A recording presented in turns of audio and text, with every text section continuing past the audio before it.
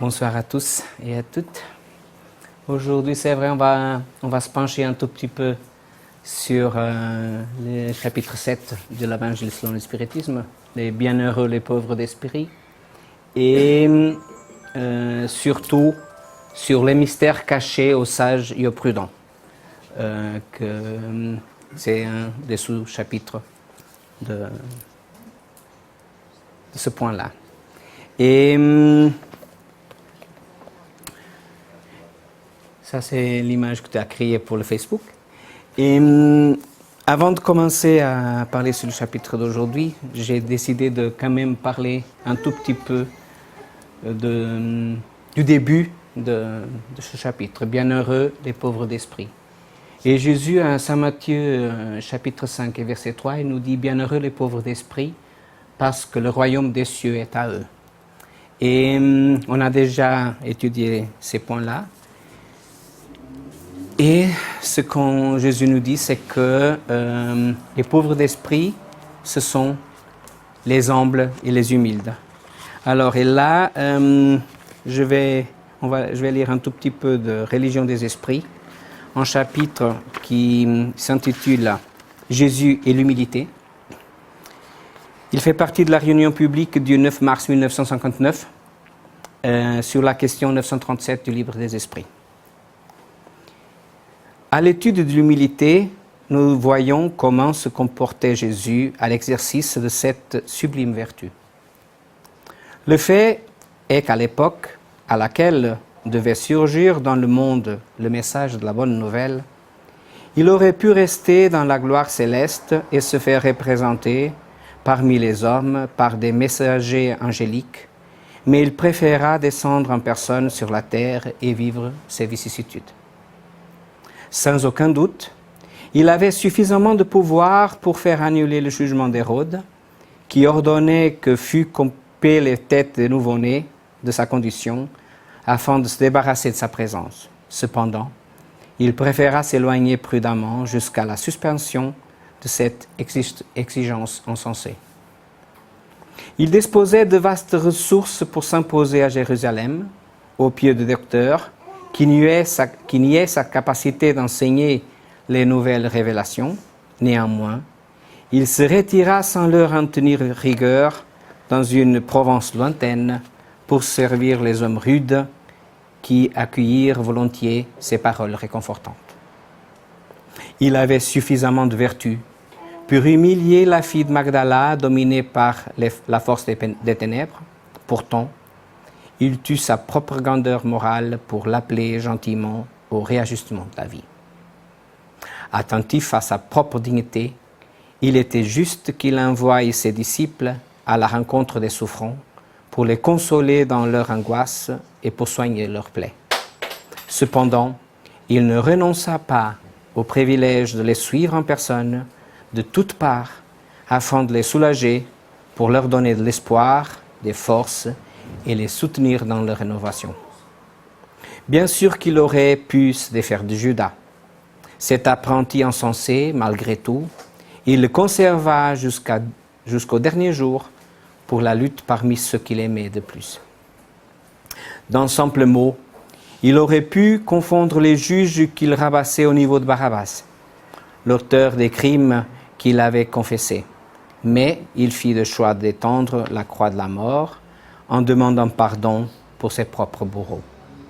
Finalement, il aurait pu condamner Saül de Tarse, implacable persécuteur à des peines ignominieuses pour l'intransigeance perverse avec laquelle il annihilait la plantation de l'évangile naissante, mais il alla le voir en personne aux portes de Damas, visita son cœur, parce qu'il savait qu'il prenait une direction erronée.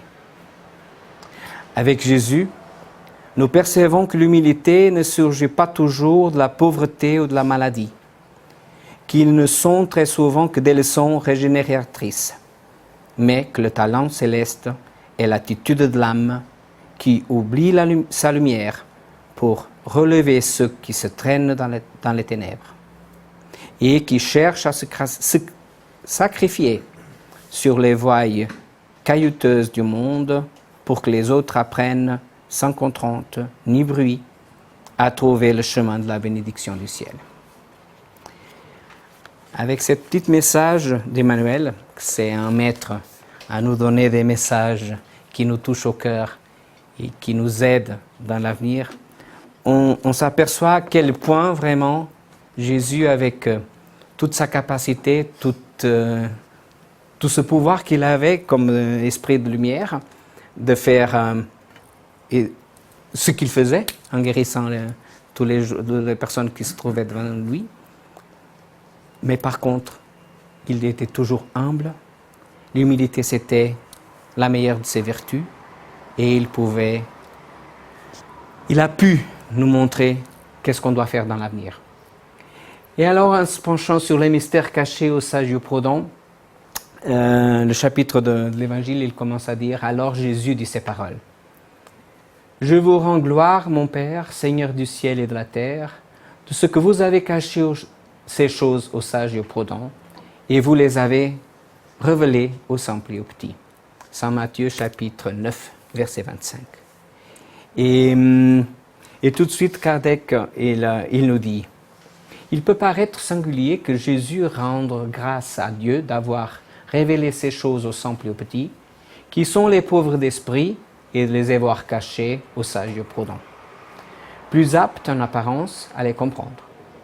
C'est qu'il faut entendre par les premiers, les humbles, qui s'humilient devant Dieu et qui ne soient pas supérieurs à tout le monde.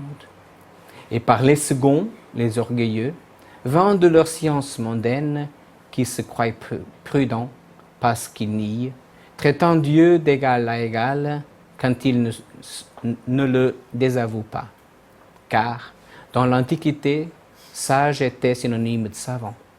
C'est pourquoi Dieu leur laisse la recherche des secrets de la terre et révèle ceux du ciel aux simples et aux humbles qui s'inclinent devant lui. Et là, Dieu nous touche, Kardec il nous touche dans deux points principaux, l'orgueil et l'humilité, un selon lequel on doit se pencher et travailler, et l'autre, on doit travailler pour l'oublier. Parce que c'est vrai que on se demande, comme Kardec il dit, pourquoi Dieu a-t-il décidé de révéler des choses à des personnes qui, entre guillemets, sont ignorants, ne savent rien, ils ne connaissent pas de loi, ils ne connaissent rien, sont des simples pécheurs, et que par contre, aux maîtres de la loi, aux docteurs de la loi, à eux, Dieu décide de rien informer, de rien passer. Et ça peut nous demander le pourquoi. Mais on a aussi toute l'histoire de Jésus, toute l'expérience qu'il nous a montrée avec ces exemples sur terre. Il s'approchait toujours de ceux qui avaient besoin. C'est nous. Si un docteur de loi ou si quelqu'un avait le besoin, bien sûr qu'à l'époque, il aiderait s'il s'approchait. Comme c'est le cas d'Emmanuel, qu'à l'époque, dans le livre il y a 2000 ans, il raconte qu'il avait besoin de Jésus, il s'est approché de Jésus. Mais par contre, Jésus, il a tout dit, il n'a pas profité. C'est exactement l'histoire de l'orgueil, parce qu'il était sénateur romain, parce qu'il savait quelle était sa position, mais par contre, après, Emmanuel, c'est pour ça qu'il apparaît toujours comme sénateur. Il considère cette incarnation comme la plus importante qu'il a vécue, parce qu'il a été avec Jésus. Et aujourd'hui, en faisant mon évangile à la maison, la lecture qui m'est apparue, c'est un message d'un spirit qui vient nous parler du monde spirituel, à nous dire que nous, les spirites, qu'on connaît les choses, qu'on nous ouvre les œuvres, qu'on nous donne toutes les informations. on continue exactement, juste en grappant un tout petit peu la terre, parce qu'on n'arrive pas à faire le vrai changement qu'on doit faire. Que la charité que nous on fait, c'est la plupart des fois une charité de ce qu'on a de trop. Que l'aide au prochain, c'est la plupart des fois ajouté aussi avec un peu de jugement, avec un peu de contrainte. Et qu'après, une fois qu'on est désincarné, qu'on arrive au-delà, et qu'on nous ouvre toute l'éternité, qu'on nous dit « Ouvre tes yeux ». Et c'est là qu'on se dit « Mais ce que j'ai loupé, ce que j'ai pu faire et j'ai pas fait ». Et ça, avec le mystère caché, à nous les mystères ne sont pas cachés. Le spiritisme, c'est l'arme qui vient nous ouvrir les yeux et qui vient nous aider à combattre nos défauts, notre orgueil, notre égoïsme, tout ce qu'on a à combattre à nous. Et c'est ça Kardec qui dit tout de suite. Ainsi en est-il aujourd'hui les grandes vérités révélées par le spiritisme. Certains incrédules s'étonnent que les esprits fassent si peu de frais pour les convaincre. C'est que ces derniers s'occupent de ceux qui cherchent la lumière de bonne foi et avec humilité, de préférence à ceux qui croient posséder toute la lumière, ensemble penser que Dieu devrait être trop heureux de les ramener à lui en leur prouvant qu'il existe. Et ça, si on prend un tout petit peu, et si quelqu'un prend le livre de « Qu'est-ce que le spiritisme ?», il y a plusieurs conversations que Kardec il a avec des athées, avec des prêtres, avec des gens qui viennent lui poser des questions sur le spiritisme. Et Kardec, c'est ça qu'il dit. Nous, on ne cherche pas à faire de prosélytisme. Nous, on cherche des gens qui sont intéressés à connaître le spiritisme. Pour ceux qui veulent connaître le spiritisme, on est ouvert à tout informer, on est ouvert à tout enseigner. Mais pour ceux qui ne veulent pas, on ne va pas les forcer. On ne va pas obliger quelqu'un à changer de religion, même s'il est très bien dans sa religion. Toutes les religions sont bonnes. Il faut juste que vous voyez où elles sont, quelle est leur direction. Si elles sont tournées vers le bien, toutes les religions sont bonnes. Et c'est vrai que ceux qui pensent que Dieu est là pour nous servir, Dieu n'est là, il est là, qu'il nous aime infiniment. Mais c'est à nous de s'approcher de lui et non d'attendre que lui s'approche de nous, parce qu'il est toujours près de nous. C'est nous qu'on ferme les yeux et qu'on ne le voit pas. Et Kardec continue, la puissance de Dieu éclate dans les plus petites choses comme dans les plus grandes. Il ne met pas la lumière sous les boisseaux, puisqu'il la répand à flot de toutes parts.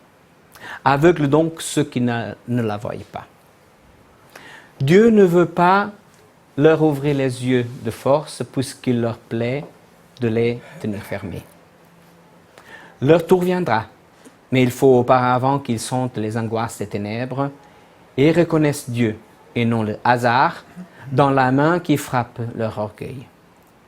Il emploie, pour vaincre l'incrédulité, les moyens qui lui conviennent selon les individus. Ce n'est pas à l'incrédule de lui prescrire ce qu'il doit faire et de lui dire « si vous voulez me convaincre, il faut vous y prendre de telle ou telle façon, à tel moment, plutôt qu'à tel autre, parce que ce moment, c'est à ma connaissance. » Alors c'est à nous de dire, mais non, c'est pas à cette heure-là que je veux, c'est plus tard parce que maintenant je suis occupé. Alors si tu veux me convaincre, c'est plus tard, je te marque une heure parce que j'ai déjà mon agenda complet. C'est pas vraiment comme ça. Et c'est vrai que Dieu, il nous a donné le libre arbitre de choisir ce qu'on veut, comme on veut. Bien sûr que quand on commence à dérailler trop, il nous envoie une petite couche pour nous dire non, c'est pas par là, c'est là. Mais il ne va jamais nous forcer, comme il dit Kardec, il ne va jamais nous ouvrir les yeux à la force. Il faut que ce soit nous les intéressés à voir, il faut que ce soit nous à ouvrir nos yeux et à chercher les connaissances. Et ça, c'est ce qu'on doit travailler en nous, surtout l'orgueil, pour qu'on puisse arriver à sortir quand même de ces angoisses des ténèbres, parce que nous tous, quand on parle avec des amis, et je parle de moi, de mon expérience personnelle, autour de moi, j'ai plein de monde qui souffre, plein de couples qui sont en crise, plein de couples qui ont des crises avec les enfants, plein d'enfants problématiques. Et je me dis, mais mon Dieu, même aujourd'hui, j'ai eu un collègue qui a déjà fréquenté le centre, qui vient vers moi et me dit, mais Pedro, je ne sais pas où j'ai la mauvaise poisse, ou alors il y a des choses qui m'arrivent. Je dis, mais tu connais le spiritisme, tu as déjà été, on t'a ouvert les yeux, à toi de vouloir. Ah bah, comment il m'a dit, je crois à ça, mais je ne veux pas y croire. J'ai dit, ah d'accord. Eh ben, je connais quelqu'un qui m'a dit la même chose, mais je crois à ça, mais tu ne me parles pas. Ou comme on dit au Portugal, je ne crois pas aux sorcières, mais qu'il y en a, il y en a. Mais on sait les choses, on reçoit les informations, et Jésus, il dit, beaucoup sera demandé à ceux qui savent beaucoup. Alors nous, on sait les choses. À nous de travailler ce qu'on sait et d'essayer d'aider les autres.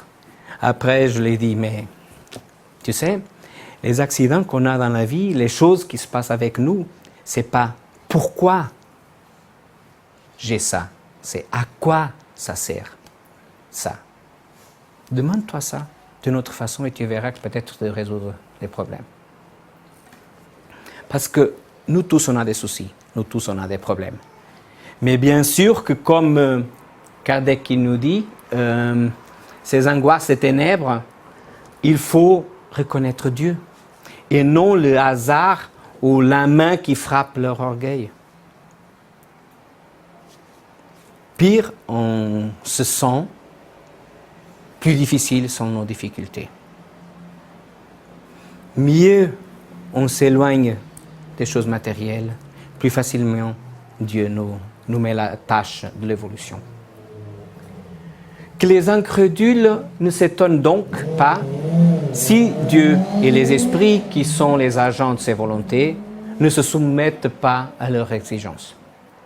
Qu'ils se demandent ce qu'ils diraient si le dernier de leurs serviteurs voulait s'imposer à eux. Dieu impose ses conditions et n'en subit pas.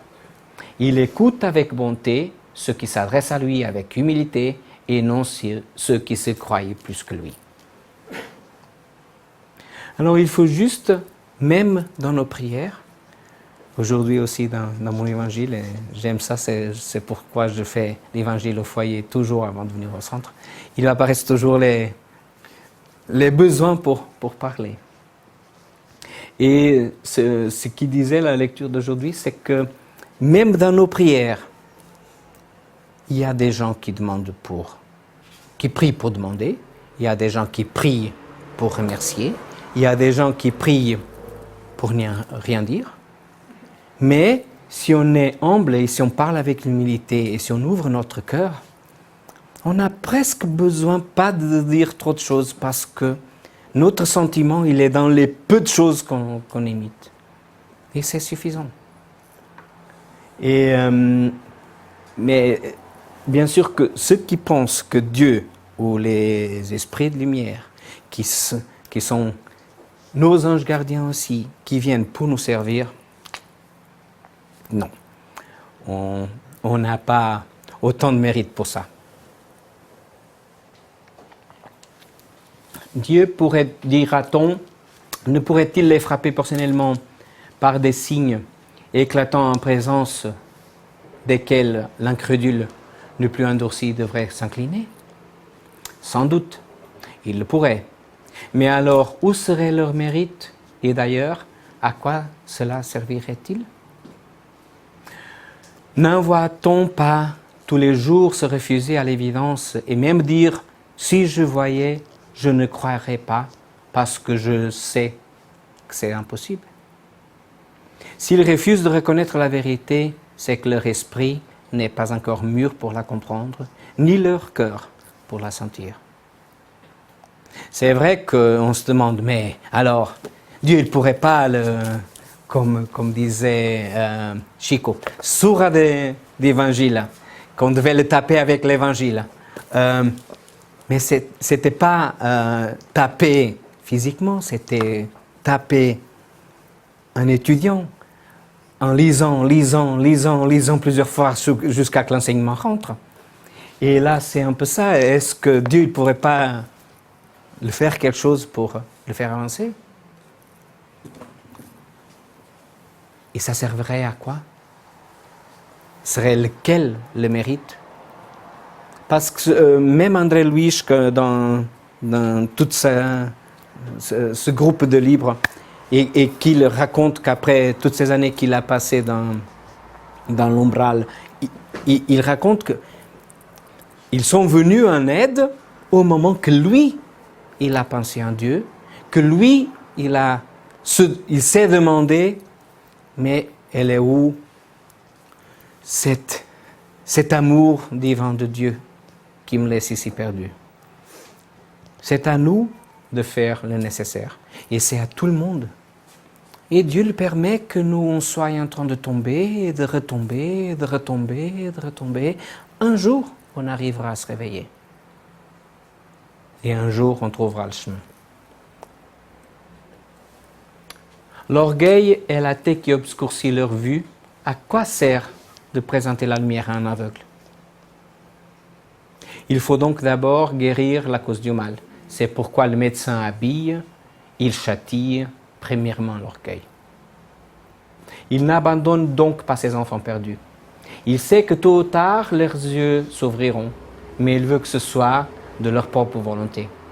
Et alors que vaincus par les tourments de l'incrédulité, ils se jetteront d'eux-mêmes dans ses bras et comme l'enfant prodige, lui demanderont grâce.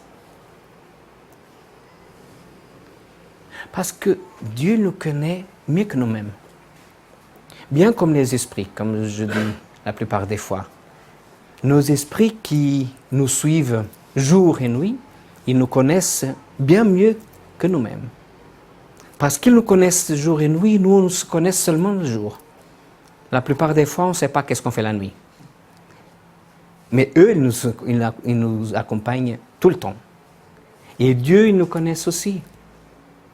Et Dieu sait parfaitement que tôt ou tard, plus tôt ou plus tard, nous, on sera les premiers à s'approcher, on sera le premier à s'agenouiller et on sera le premier à se dire « mais merci bon Dieu ».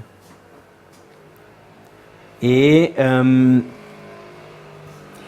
bien sûr que si nous on est humble, si l'humilité c'est quelque chose qui s'approche de nous, que nous on arrive à la développer, bien sûr que les informations nous arrivent. Parce que si on travaille notre orgueil, si on arrive à comprendre que ce qu'on a de difficultés le jour à jour, ce n'est pas un hasard. Des hasards, il n'existe pas. Alors, à quoi ça sert? Pourquoi ces choses sont passées avec nous? Ou on doit des choses, ou alors c'est à nous de travailler quelque chose en nous pour que ça change. Parce que si nous, on ne change pas, le problème, c'est que le problème, il est récurrent, il va répéter. Et il va répéter les fois qui sont nécessaires jusqu'à ce qu'on se réveille, on se dit, mais attends, j'ai tombé une fois, 2 fois, 3 fois, ah, mais c'est pas possible. Et que là, on se demande, je pense que c'est ma chaussure. Ma chaussure, elle a peut-être un défaut. Et là, on trouve la pierre au milieu de la chaussure qui nous jette par terre. Et il faut que vraiment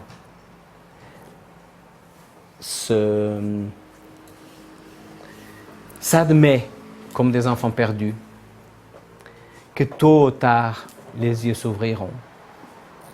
Parce que même nous, à qui le spiritisme nous aide déjà avec toutes les informations, avec toutes ces connaissances de la vie après la mort, et que même comme ça, la plupart des fois, on a encore des difficultés à travailler nos problèmes et nos soucis.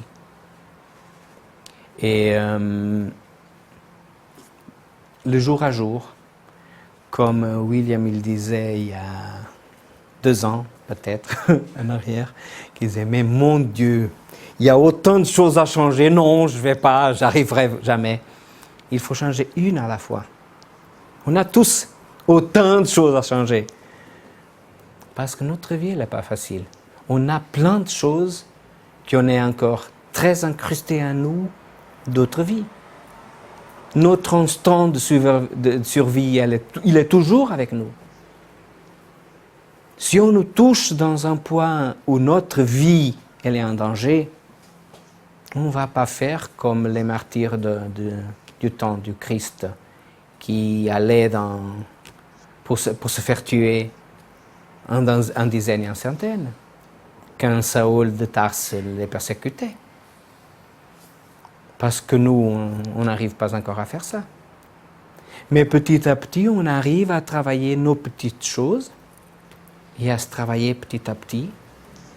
Et on arrivera un jour à être des êtres lumière, parce que c'est ça notre but. Et sur les mystères cachés, c'était ça que j'avais aujourd'hui à vous parler.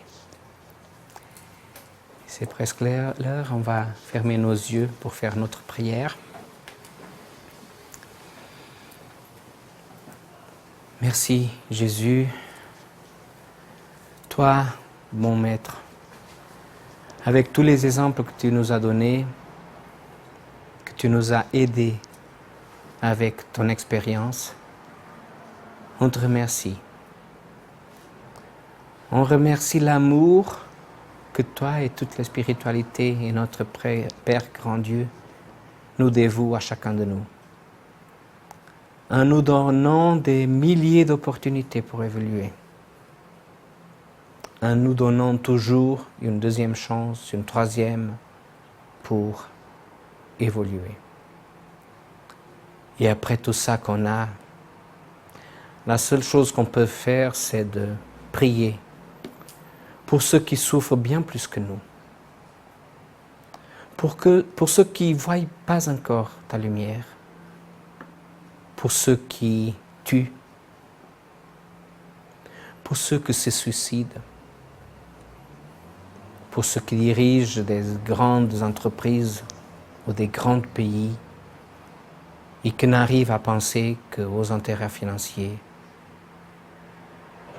pour ceux qui n'arrivent pas encore à voir que la matière elle est faible et que tôt ou tard on va tous partir pour la patrie spirituelle. On te demande aussi pour ceux qui ont faim, qui sont fermés dans des hôpitaux, dans des prisons. On te remercie, bon Dieu. Et on te demande que tu les aides, tu les entoures avec ton amour comme tu entoures tout le monde. Mais que ses yeux puissent s'ouvrir et trouver en toi la paix, la lumière et le courage pour avancer. Parce que c'est ça notre but. À chaque jour, être un peu mieux que le jour précédent. On te remercie infiniment, qu'ainsi soit-il.